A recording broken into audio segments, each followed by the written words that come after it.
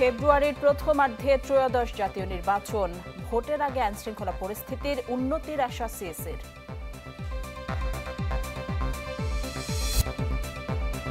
দেশের প্রতিটি মানুষ পরিবর্তন প্রত্যাশী। ড্যাব সম্মেলনে তারেক রহমান গণতন্ত্রের ভিত মজবুত করার আহ্বান। আনিসুল হাওলাদারের নেতৃত্বে আরেক টুকরো জাতীয় পার্টি। অতীতের অপকর্মের জন্য ক্ষমা চাইলেন নেতারা।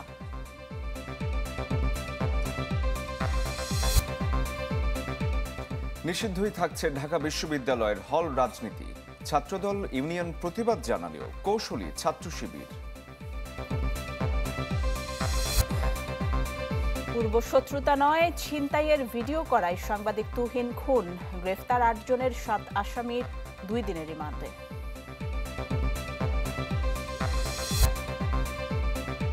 তিন পার্বত্য জেলায় বছরে ৭০০ কোটি টাকার চাঁদাবাজি। শান্তি চুক্তির পরও অস্ত্র জমা না পড়ায় কমছে না অস্থিরতা।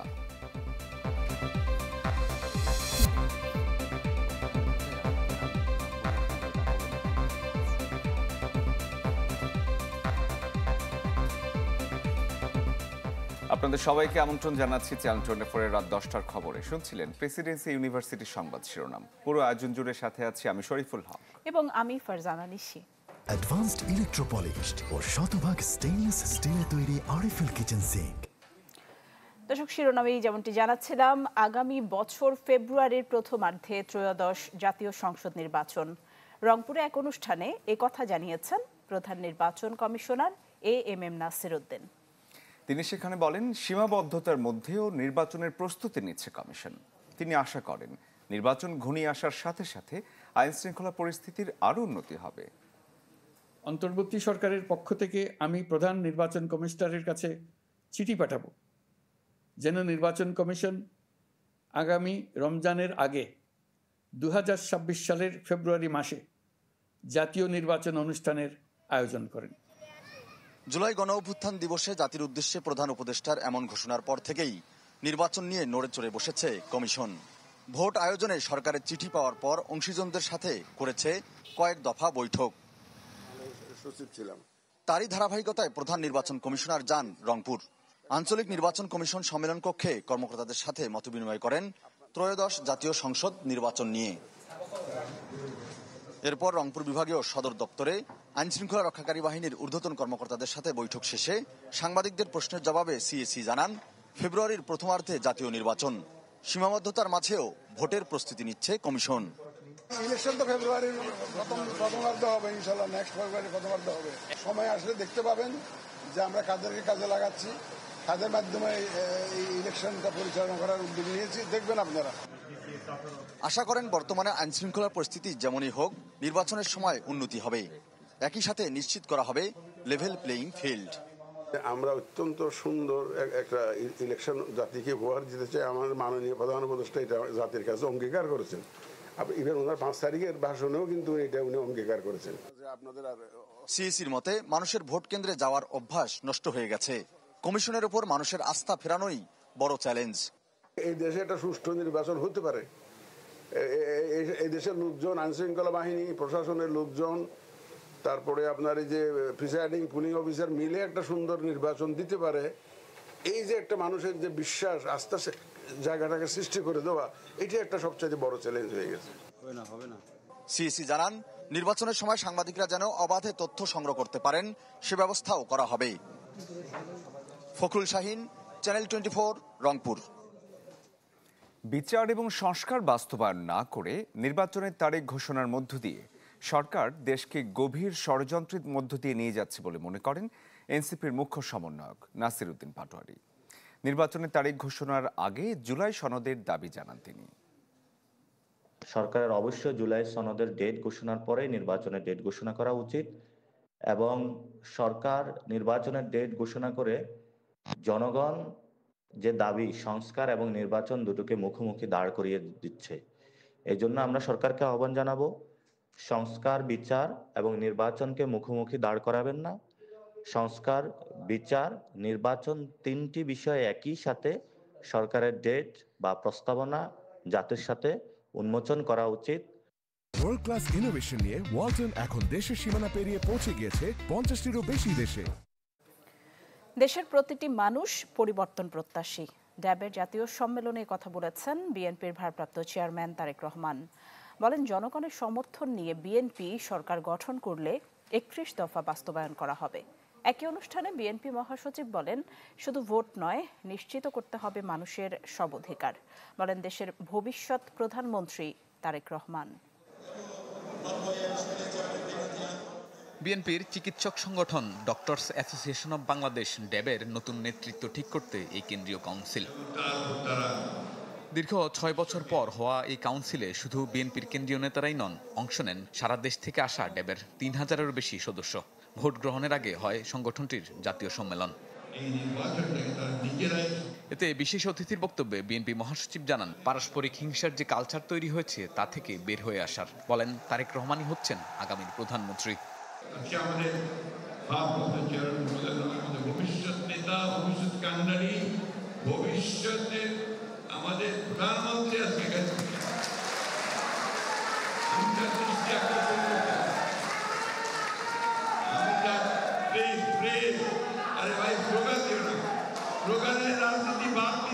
সম্মেলনে ভার্চুয়ালি যোগ দেন বিএনপির ভারপ্রাপ্ত চেয়ারম্যান তারেক রহমান।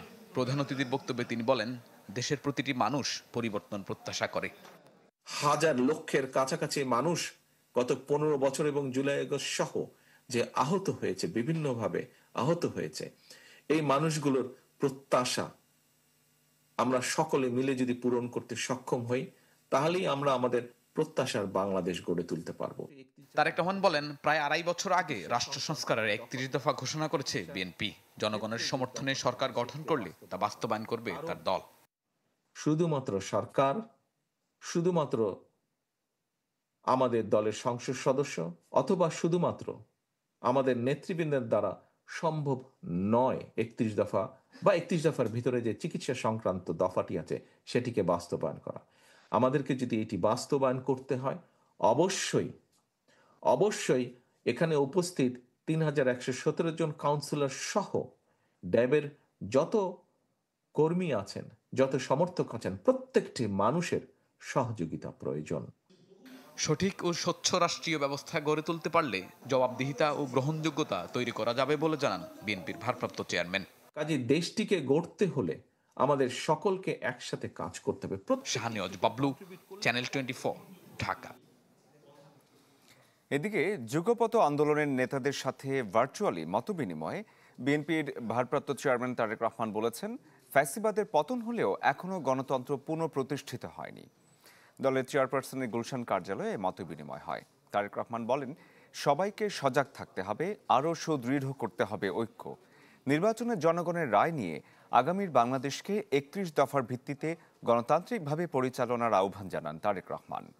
মতবিনিময়ে অংশ নেন গণফোরাম, গণ অধিকার পরিষদ, পিপলস পার্টি, ন্যাপ ভাসানী, গণতান্ত্রিক বাম ঐক্য, আম জনতা দল, এনডিএম, বাংলাদেশ জাতীয় পার্টি এবং গণতন্ত্র মঞ্চের নেতারা।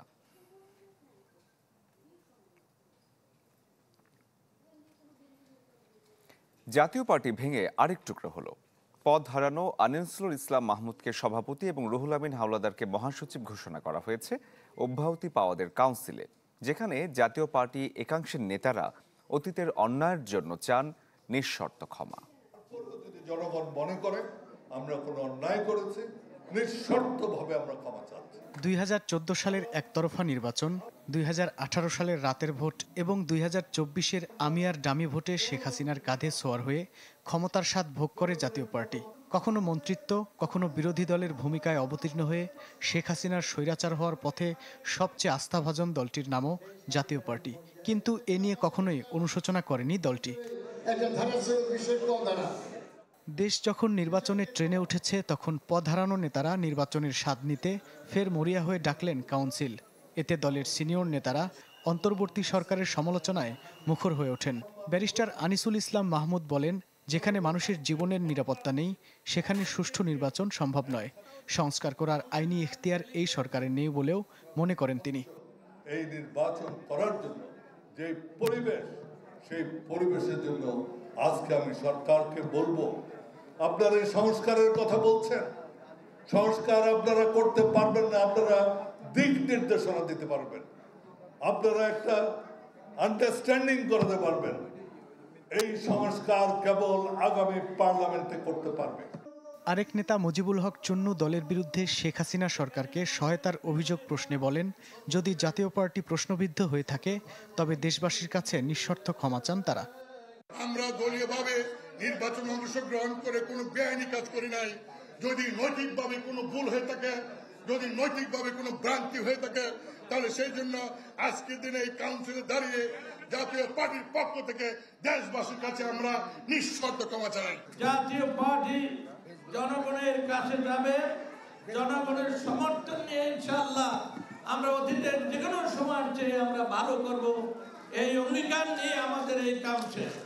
অন্তর্বর্তী সরকারের সময় আইন শৃঙ্খলা পরিস্থিতির অবনতির কঠোর সমালোচনা করে জাতীয় পার্টির নেতারা সবার সাথে বসার আহ্বান জানান। আপনারা যেখানে আইন শৃঙ্খলা ঠিক রাখতে পারছেন না। মাহবুবুর রহমান, চ্যানেল 24, ঢাকা। ইভিনিংয়ে চরম ক্রেভিং, চাই কিছু এক্সাইটিং, মিস্টার নুডলস হয় কুকিং, টেস্টটা হয় amazing. Mister noodles, amazing taste, mister noodles, enjoy the best, mister noodles, amazing taste, mister noodles, enjoy the best, mister noodles, mister noodles, mister noodles. নিষিদ্ধই থাকছে ঢাকা বিশ্ববিদ্যালয়ের হলের রাজনীতি। প্রভোস্ট কমিটির এক ম্যারাথন বৈঠক শেষে এই সিদ্ধান্তের কথা জানান উপাচার্য নিয়াজ আহমেদ। তবে ছাত্রদল, ছাত্র ইউনিয়ন চায় না হলে রাজনীতি নিষিদ্ধ হোক। এক্ষেত্রে কৌশলী অবস্থান ছাত্র শিবিরের। ঢাকা বিশ্ববিদ্যালয়ের 18টি হলে ছাত্রদলের কমিটি ঘোষণার পরপরই বিক্ষুব্ধ প্রতিক্রিয়া আসতে থাকে শিক্ষার্থীদের বিভিন্ন অংশ থেকে। রাতে হয় মিছিল, প্রশাসনের কাছে চাওয়া হয় কৈফিয়ত। উপাচার্য জানান, হলে রাজনীতি নিষিদ্ধ করে 17 জুলাইয়ের নির্দেশনা এখনও বহাল আছে। পরে শনিবার দুপুর নাগাদ বৈঠকে বসেন উপাচার্য নিয়াজ আহমেদ খান সহ বিভিন্ন হলের প্রভোস্টরা। ম্যারাথন এই বৈঠকের পর উপাচার্য জানান, ছাত্র রাজনীতি শিক্ষার্থীদের দাবি নিয়ে কাজ করবে ঢাকা বিশ্ববিদ্যালয়ের প্রশাসন। যখন রাজনীতির রূপরেখা কেমন হবে ডাকসুকে কেন্দ্র করে, সেটা একটা বিবেচনার বিষয় আছে। এই জন্য আমরা এখন যেটা করছি যে আজকে আমরা ওই বিস্তারিত কর্মপন্থাটা ঠিক করার চেষ্টা করছি, যেটা একটা গাইডলাইন আকারে আমাদের উপস্থাপন করা হবে। সিদ্ধান্তটা পরিষ্কারকে বলাই হয়েছে পরিষ্কার, সেটা ক্লিয়ার যে 17 জুলাইয়ের আলোকে যে সমঝোতাটা হয়েছিল সেটা আমরা এখন বাস্তবায়ন করতে চাই। এটাই ছাত্রদের জনদাবি। অবশ্য হলে ছাত্র রাজনীতি নিষিদ্ধের সিদ্ধান্তের বিরোধিতা করছে ছাত্রদল ও ছাত্র ইউনিয়ন। আর ছাত্র শিবির বলছে, সব পক্ষের সমন্বয়ে শিক্ষার্থী বান্ধব যে কোনো সিদ্ধান্ত মেনে নেবে সংগঠনটি। আমাদের রিকমেন্ডেশন ছিল রাজনৈতিক সংগঠনগুলোর প্রতিনিধিরা তাদের হলে থাকবে আবাসিক শিক্ষার্থী হিসেবে। তার রাজনৈতিক পরিচয় কোনো ধরনের ফেভার পাওয়া কিংবা কোনো ধরনের চাপের মুখোমুখি হওয়ার কারণ হবে না। তার রাজনৈতিক পরিচয়, সে তার মতামত প্রকাশ করতে পারবে। পলিটিক্যাল প্র্যাকটিসগুলো বিশ্ববিদ্যালয়ে এরিয়া কেন্দ্রিক করবে। আমাদের ছাত্র সমাবেশ থেকে আমরা 9 দফা ঘোষণা করেছি, যেখানে স্পষ্টভাবে আমরা উল্লেখ করেছি যে পুনরায় ঢাকা বিশ্ববিদ্যালয় সহ বাংলাদেশের শিক্ষা প্রতিষ্ঠানগুলোতে এই নিপীড়নমূলক, জবরদস্তিমূলক গেস্টরুম, গণরুমের এই সংস্কৃতি আর ঢাকা বিশ্ববিদ্যালয়ে ফিরে আসবে না। মাথা ব্যথা হওয়ার সাথে সাথে মাথা কেটে ফেলার যে প্রবণতা গত কিছুদিন ধরে তৈরি হয়েছে, এটা এমন পরিমাণে স্ববিরোধী যে বোঝাই যাচ্ছে যে এইটা আসলে খুবই অপরিণামদর্শী হয়েছে এবং এটা থেকে আসলে কোনো ধরনের রেজলিউশন আসবে না। এদিকে শুক্রবার রাতে বিক্ষোভের কোনো রেশ শনিবার সারাদিন দেখা যায়নি ডাবি ক্যাম্পাসে। সুলতান মাহমুদ আরিফ, চ্যানেল 24, ঢাকা। পূর্বশত্রুতা নয়, ছিনতাইয়ের ভিডিও করায় খুন হন সাংবাদিক তুহিন, এমন দাবি করেছেন গাজীপুর মেট্রোপলিটন পুলিশ কমিশনার। এখন পর্যন্ত হত্যায় সরাসরি জড়িত 8 জনকে গ্রেফতার করেছে আইনশৃঙ্খলা বাহিনী, যার মধ্যে 7 জনকে 2 দিন করে রিমান্ড দিয়েছেন আদালত।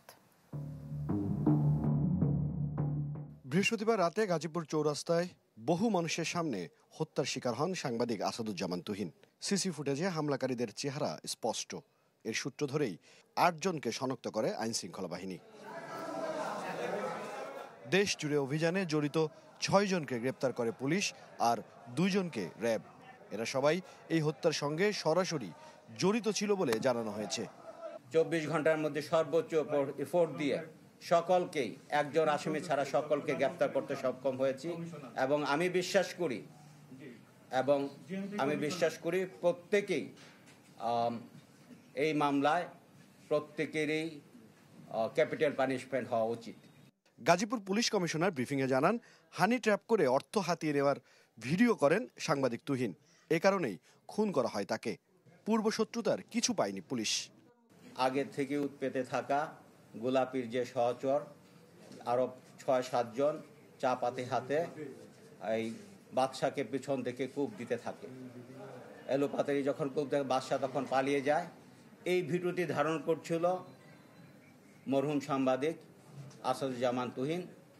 তিনি বসে এই ভিডিও যখন ধারণ করছিল, তার এই ভিডিও ধারণটি এই ক্রিমিনালরা দেখে ফেলে। এক পর্যায়ে তাকেও তার উপরও আক্রমণ চালায়। সে দৌড়ে গিয়ে একটা মুদির দোকানে যায়, সেখানে গিয়ে তাকে উপর কুপিয়ে হত্যা করে। জিএমপি কমিশনার বলেন, আগামী 15 দিনের মধ্যে এই মামলার চার্জশিট দেওয়া হবে। এ হত্যাকাণ্ড তদন্ত ও গ্রেপ্তার নিয়ে র্যাব আলাদা করে ব্রিফ করেছে।